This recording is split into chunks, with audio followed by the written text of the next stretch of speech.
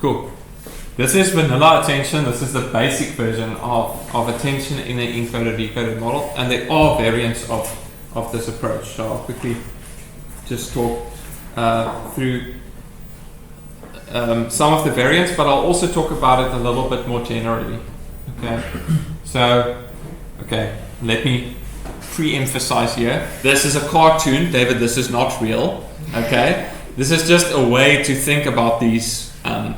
What's happening in these models, and you're giving the model the capability to reason in this way. It could decide to reason in this way, but all I'm doing is giving it input-output examples and asking it to minimize a loss function. That's all. I mean, that's all of machine learning, actually. Okay, except for that is all of machine learning. Okay, giving it a loss function and asking it to optimize it. Okay, cool. So, but let's talk about attention just a little bit more generally. This is a little story. There are actually two types of things that you can look at when you're deciding how much to weigh something. Okay, how important is one of my inputs? You can think of it as in two ways, and I really find this discussion helpful when you're going to the most general case of attention. When you're deciding how important something is at the moment, there are two ways to think about how important this current thing is. So imagine you walk to a table, and on the table there's a bunch of crap. Okay, this is the bunch. Okay, you look at the table, and one of them is a red coffee mug. The other stuff is kind of nondescript, but it's also there. They would say that the red coffee mug has a very good non-volitional cue. Okay, it's something that just up front, if I look at the table, the red coffee mug stands out to me, and I know this is meaningful to me in life. Okay, cool. See, so that's up front. I haven't told you anything. I've just shown you a table, and one of them is more important. Okay, cool. That's called a non-volitional cue. I don't know how to pronounce that word, but I'm pronouncing it confidently anyway. Okay. Then there's another type of cue, which is you walk to the table, and I tell you, listen, Herman, you want to be entertained now. Okay. So now you're looking at the table slightly differently. I've already had my chalkboard coffee, so that's all done. So now I'm looking at the table and I see, there's a cool, somewhat average crime novel on the table, and I find that entertaining. Okay, so then I pick up the crime novel and I start reading it. That second situation was different from the first. The first, I walk to the table and up front I'm just looking at stuff. The second one, I actually have purpose. I've got a query inside of me, something that says I want to be entertained. Okay, and that's so you can think of that as a query cue or a volitional cue. Okay, so these are two ways to think about this. Okay, and just to make this concrete, you can think that we have, for non-volitional stuff, we have something called keys. Okay, which are just vectors. Okay, which tells us up front how meaningful is this thing that I'm looking at now. Up front, beforehand, I haven't seen anything. So you might have like in this example here, you might have a newspaper vector here, which is just its key, and a pile of papers vector, right, and so on. And these could be the keys.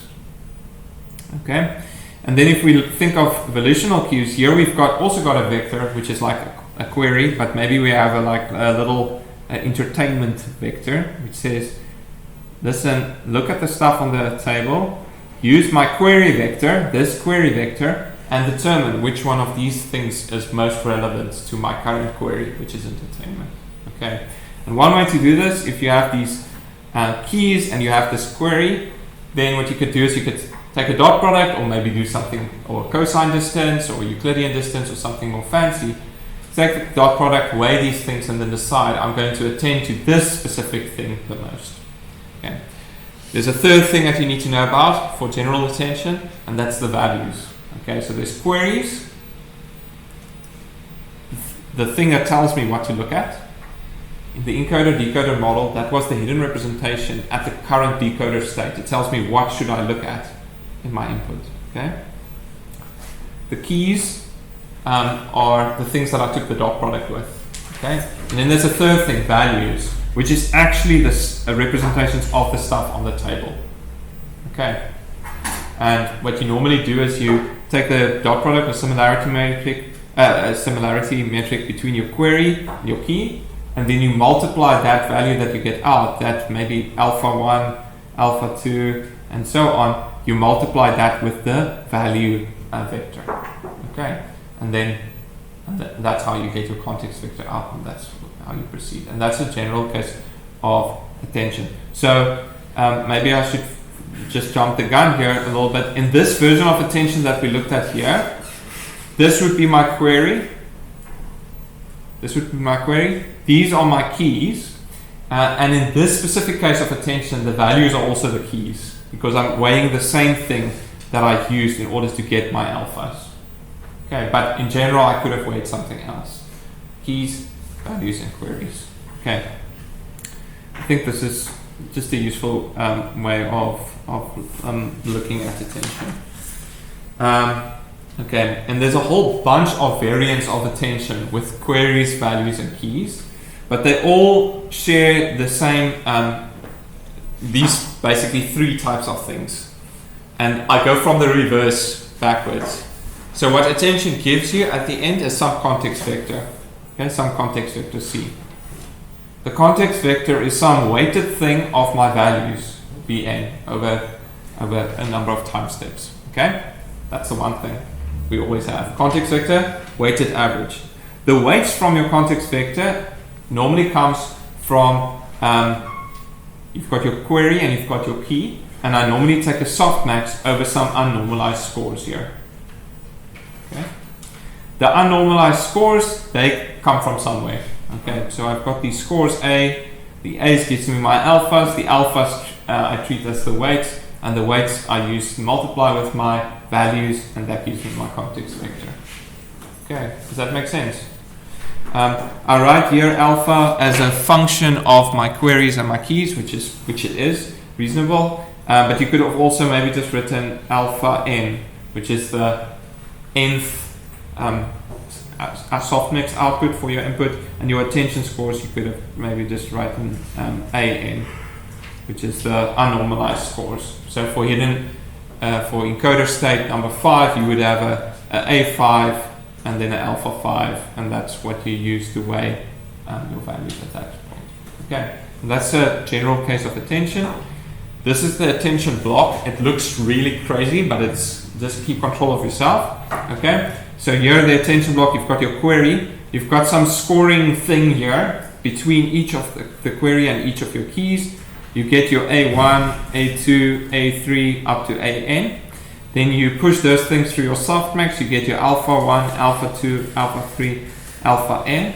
Okay. Then you scale your values by these alphas, you sum them up, and you get your attention output, the context vector C. Okay. I haven't spoken about this function here. Up to now I just used the dot product, but we can do something else. Now this comes back to someone's question from, sorry, this is a computational graph, right? Computational graph. So if you want to do backprop, then what you need is, you need the derivatives of the output with respect to each of the inputs. But the nice thing about attention is, this whole thing, you can just block that in as one block in PyTorch. And I'll draw a little line around the block. Let's draw it in red. So the block, the whole block, you can just do it like this.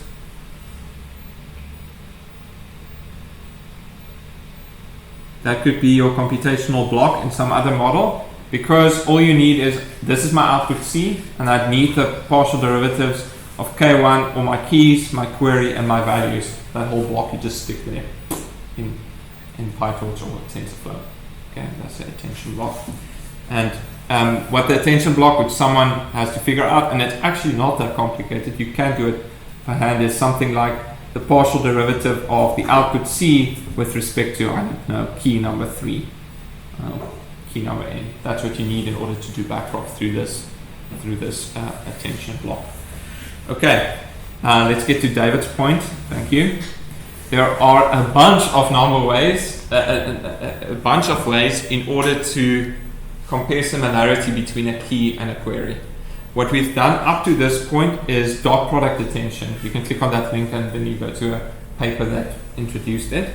which is just the dot product between my query and my key. Okay. You could do scale dot product attention, which is often used. Okay. That helps a little bit because if you take the dot product, sometimes your values can behave slightly weirdly. The distribution of the values change.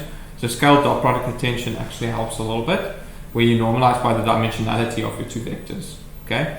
Then there's multiplicative attention, where you actually have your query and your key and you're multiplying it with some matrix in the middle, W, which is also not parameters that you need to learn. And then additive attention, which is a little bit of a weird term to use for this. But what happens in additive attention is you actually have a little model that takes into, you've got your query here, which is some vector. You've got your key here, which is some vector. Okay, and then you just feed them into a little multi-layer perceptron, some feed forward layers in NLP, and what pops out is a value A, which just tells you how similar they are. So David, now the model actually has more capacity to figure out its own way to score these two things. It's called additive attention, I think, because one instance of this looks like the function here, where you're adding up your query multiplied by some matrix and your key multiplied by some matrix. The value of this is your query and your keys doesn't need to have the same dimensionality, where with dot product attention and with scale dot product attention, they need to have the same dimensions. But here they don't, because you're just feeding them into the NLP and they come out and life is wonderful. Okay. Almost done.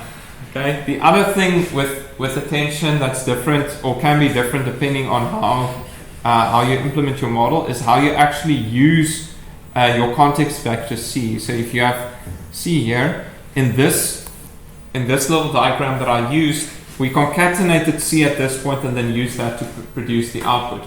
But you can do slightly more complex things as well. So you can, for example, take C and feed it in at the next time step to this hidden representation here.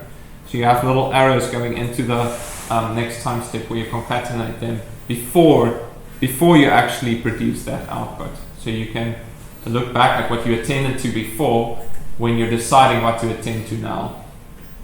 Okay, if that makes sense. Okay, so there's a little link in the notes, you can click on that and that will show you where to go and read up on like different ways to feedback CT to next time steps.